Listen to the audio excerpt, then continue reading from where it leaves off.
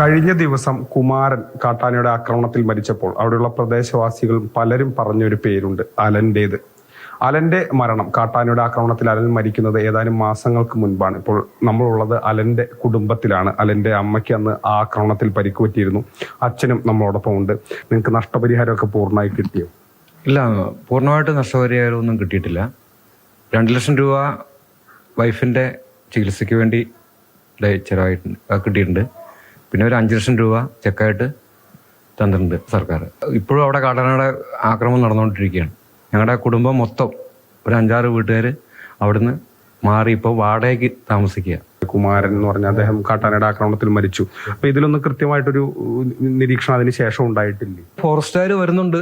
ആന ഇറങ്ങുന്ന സമയത്ത് നമ്മൾ അവരെ കോൾ ചെയ്യും. കോൾ ചെയ്യുമ്പോൾ അവർ ഏകദേശം ഒരു 1/2 മണിക്കൂർ 3/4 മണിക്കൂറിൻ്റെ ഉള്ളിലാണ് അവിടെ എത്തുക. അപ്പോഴത്തേന് ഈ ആന വന്ന് പരിപാടി കഴിഞ്ഞ് പോയിട്ടുണ്ടാവും. അമ്മയുടെ ആരോഗ്യം എങ്ങനെയാണ് ഇപ്പോൾ? ചെവിയൊക്കെ പൂർണ്ണമായി പോയായിരുന്നു. എല്ലുകൾ രണ്ടും പൊട്ടിപ്പോയത്. പിന്നെ കാല് ആന ചവിട്ടി അവിടെ വലിയ മുറിവാണ്. തൃശ്ശൂർ മെഡിക്കൽ കോളേജിൽ പോകണം. അപ്പോൾ ഈ പ്രാവശ്യം ഞങ്ങൾക്ക് പൈസ ഇല്ലാഞ്ഞതുകൊണ്ട് ഞങ്ങളിവിടെ പാലക്കാട് ഹോസ്പിറ്റലിൽ കൊണ്ടായി കാണിച്ചത്. ആന വരുന്നത് നമ്മൾ അറിയുന്നില്ല, ഈ സാധനം കാണുന്നില്ല. അപ്പം ഞങ്ങൾക്കെന്ന് പറഞ്ഞാൽ ശരിക്കും ഒരു ലൈറ്റ് സംവിധാനം ഒന്നും അവിടെ ഇല്ല. ഈ ആന അവിടെ ഒരു കിടങ്ങ് ഇങ്ങനെ ഉണ്ടാക്കിയെങ്കിലും അതെല്ലാം നിരത്തി ആന ഇങ്ങോട്ട് വരുന്നത്. പ്രതിവിധി ഗവൺമെൻറ് കണ്ടെത്തേണ്ടത് ആവശ്യമാണ്. കാരണം എൻ്റെ മോൻ്റെ ഒരു വിധി ഇനി ഒരാൾക്കും വരരുത്. അപ്പം ഇത് ആക്രമിച്ചപ്പോഴത്തേക്കും മോനിത് കണ്ടു നിൽക്കുമായിരുന്നു. ഞാൻ ഇവനോട് ഓടിപ്പോകാൻ പറയുന്നുണ്ട്, പക്ഷെ ഇവൻ ഓടിപ്പോകുന്നു ഞാൻ കാണുന്നില്ല. പക്ഷെ എൻ്റെ ബോധമൊന്നും പോയില്ല. ഇതുവരെ ആ റോഡോ അല്ലെങ്കിൽ കാട് വെട്ടോ ഒന്നും ചെയ്തിട്ടില്ല.